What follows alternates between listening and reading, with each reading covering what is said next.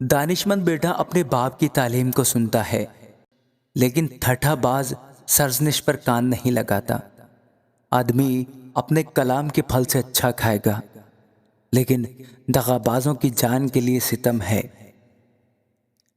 اپنے منہ کی نگہبانی کرنے والا اپنی جان کی حفاظت کرتا ہے، لیکن جو اپنے ہونٹ پسارتا ہے ہلاک ہوگا۔ سست آدمی آرزو کرتا ہے پر کچھ نہیں پاتا، لیکن محنتی کی جان فربا ہوگی۔ صادق کو جھوٹ سے نفرت ہے، لیکن شریر نفرت انگیز اور رسوا ہوتا ہے۔ صداقت راست رو کی حفاظت کرتی ہے، لیکن شرارت شریر کو گرا دیتی ہے۔ کوئی اپنے آپ کو دولت مند جتاتا ہے لیکن نادار ہے، اور کوئی اپنے آپ کو کنگال بتاتا ہے پر بڑا مالدار ہے۔ آدمی کی جان کا کفارہ اس کا مال ہے، پر کنگال دھمکی کو نہیں سنتا۔ صادقوں کا چراغ روشن رہے گا، لیکن شریروں کا دیا بجھایا جائے گا۔ تکبر سے صرف جھگڑا پیدا ہوتا ہے، لیکن مشورت پسند کے ساتھ حکمت ہے۔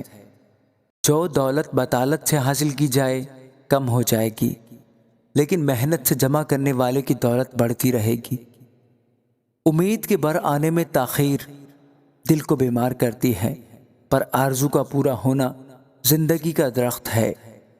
جو کلام کی تحقیر کرتا ہے اپنے آپ پر ہلاکت لاتا ہے، پر جو فرمان سے ڈرتا ہے اجر پائے گا۔ دانشمند کی تعلیم حیات کا چشمہ ہے، جو موت کے پھندوں سے چھٹکارے کا باعث ہو۔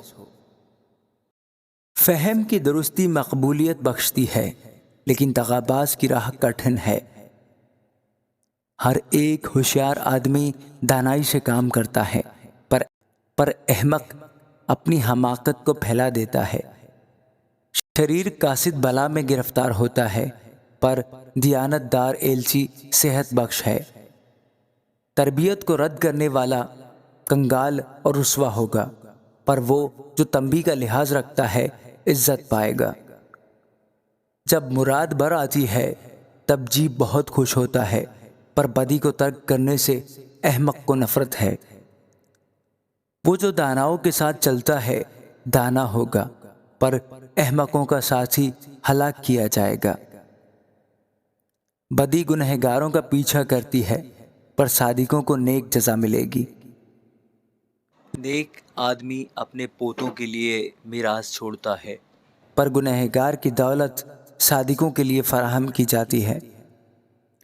کنگالوں کی کھیتی میں بہت خوراک ہوتی ہے، پر ایسے لوگ بھی ہیں جو بے انصافی سے برباد ہو جاتے ہیں۔ وہ جو اپنی چھڑی کو باز رکھتا ہے اپنے بیٹے سے کینہ رکھتا ہے، پر وہ جو اس سے محبت رکھتا ہے بر وقت اس کو تنبیہ کرتا ہے۔